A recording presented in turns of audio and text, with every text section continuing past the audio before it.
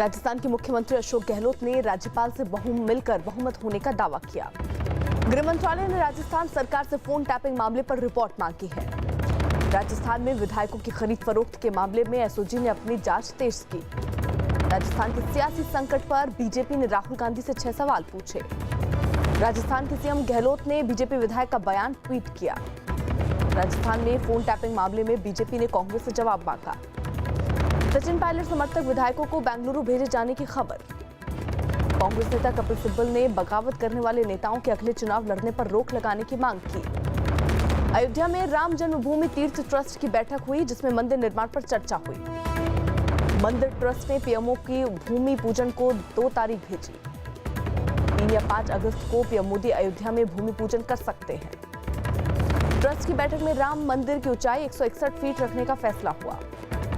राम मंदिर के नक्शे में बदलाव करते हुए अब 3 की बजाय 5 गुंबद बनाए जाएंगे।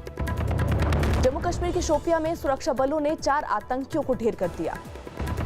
देश में कोरोना के मामले बढ़कर 10,38,716 हुए। रक्षा मंत्री राजनाथ सिंह ने अमरनाथ के दर्शन किए। जम्मू कश्मीर के पुंछ में पाकिस्तान की गोलाबारी में 3 लोगों की मौत हुई। जम्मू कश्मीर में पिछले 6 महीने में 129 आतंकियों को ढेर किया गया।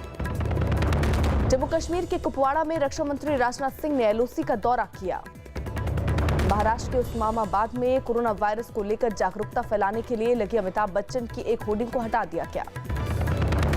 यूपी में कोरोना के 1,986 नए मामले सामने आने के बाद एक्टिव मरीजों की संख्या 17,000 के पार। दिल्ली में कोरोना के 16,711 एक्टिव मरीज, अब तक 1 लाख से ज्यादा मरीज ठीक हुए। दिल्ली में कोरोना की रिकवरी रेट बढ़कर 83.29% हुई। दिल्ली हिंसा मामले में दिल्ली पुलिस ने हाईकोर्ट में अपना जवाब दाखिल कर दिया। हाईकोर्ट से दिल्ली पुलिस ने कहा, सीएए के खिलाफ ओवैसी और खुर्शीद के बयानों की जांच जारी है। दिल्ली के पास फरीदाबाद में एक आदमी ने फ्लाईओवर से लटक कर खुदकुशी कर ली। यूजीसी की परीक्षा लेने के फैसले के खिलाफ छात्रों ने सुप्रीम कोर्ट में याचिका दी। गाजियाबाद में 2 होटल को कोरोना सेंटर बनाने के लिए कब्जे में लिया गया। कानपुर में विकास दुबे के केस में एसटीएफ को 75 करोड़ के लेन देन का पता चला। कानपुर में एसटीएफ की टीम ने विकास दुबे एनकाउंटर की घटना को रिक्रिएट किया। दिल्ली में आप विधायक आतिशी ने प्लाज्मा दान किया। दिल्ली के शाहदरा में पाबंदी के बावजूद जिम खोलने पर पुलिस ने कार्रवाई की। दिल्ली के पड़पड़गंज में इलेक्ट्रिक गाड़ियों के चार्जिंग स्टेशन का उद्घाटन हुआ। राजस्थान में विधायकों की खरीद फरोख्त की जांच के लिए एसओजी की टीम दिल्ली पहुंची। यूपी के कन्नौज में कोरोना पॉजिटिव महिला आइसोलेशन वार्ड से फरार हो गई। राजस्थान में विधायक खरीदने के आरोप में कारोबारी संजय जैन गिरफ्तार किए गए। विधायकों की खरीद फरोख्त मामले में उदयपुर के अशोक सिंह की जमानत याचिका कोर्ट ने खारिज की। विधायकों की खरीद के आरोप में नाराज बीजेपी ने रणदीप सुरजेवाला के खिलाफ केस दर्ज कराया। उत्तर प्रदेश के सीतापुर में पुलिस ने एक तस्कर को गिरफ्तार कर 2 करोड़ की अफीम बरामद की। यूपी के कुशीनगर में शौचालय नहीं होने पर 16 महिलाओं ने घर छोड़ा। पटना में एम्स में वेतन नहीं मिलने पर स्वास्थ्यकर्मी और सफाई कर्मी हड़ताल पर गए। आगरा में लॉकडाउन में रोक के बावजूद आईएसबीटी की बसें चलाई गई। पटना में रेलवे ट्रैक पर आई कार को ट्रेन ने टक्कर मारी, जिसमें 3 लोगों की मौत हुई। राजस्थान में बीजेपी विधायक ने अपनी ही पार्टी पर सरकार गिराने की साजिश का आरोप लगाया। यूपी के पीलीभीत में टिड्डियों को भगाने के लिए ड्रोन से केमिकल का छिड़काव किया गया।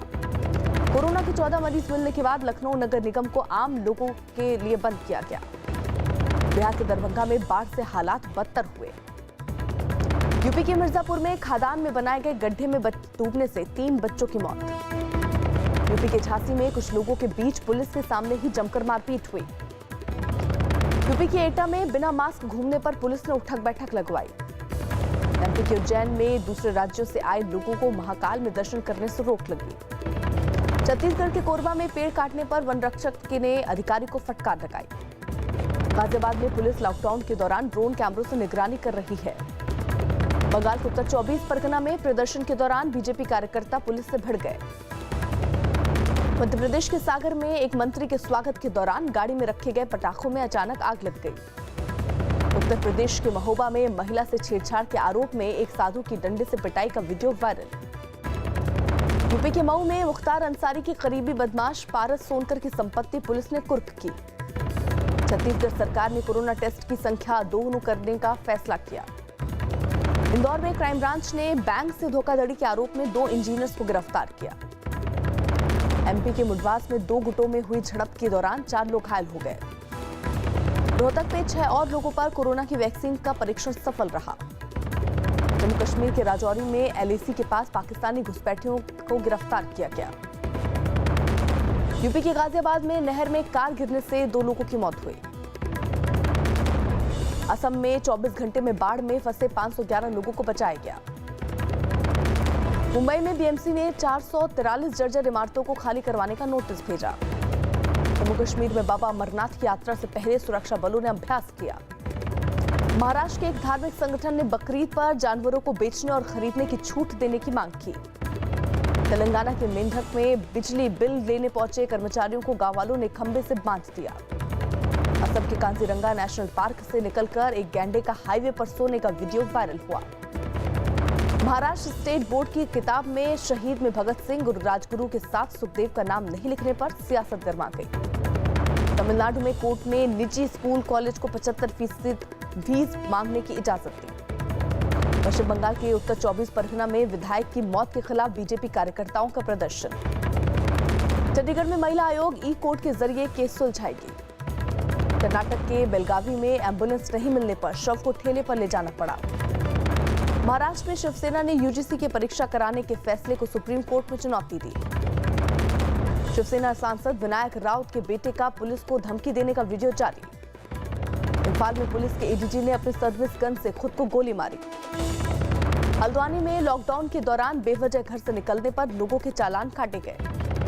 गुजरात के वडोदरा में वन विभाग की टीम ने गांव में घुस आए मगरमच्छ को पकड़ लिया। यूपी के मुजफ्फरनगर में अवैध हथियारों के साथ पुलिस ने 9 लोगों को गिरफ्तार किया।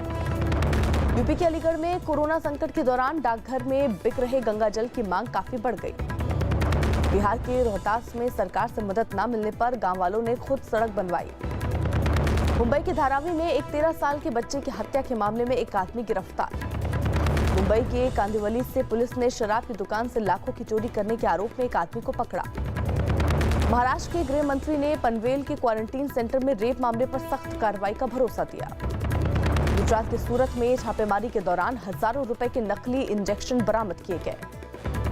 अहमदाबाद में केमिकल टैंक की सफाई के दौरान जहरीली गैस से 4 मजदूरों की मौत हुई। नेपाल ने बिहार सीमा के पास के एक इलाके पर अपना दावा ठोका। अमेरिका में राष्ट्रपति पद के उम्मीदवार माने जाने वाले जो बिडेन ने अमेरिकी चुनाव में रूस और चीन के दखल की आशंका जताई। अफगानिस्तान में अगवा किए गए हिंदू और सिख समुदाय के नेता निदान सिंह सचदेवा को छुड़ा लिया गया।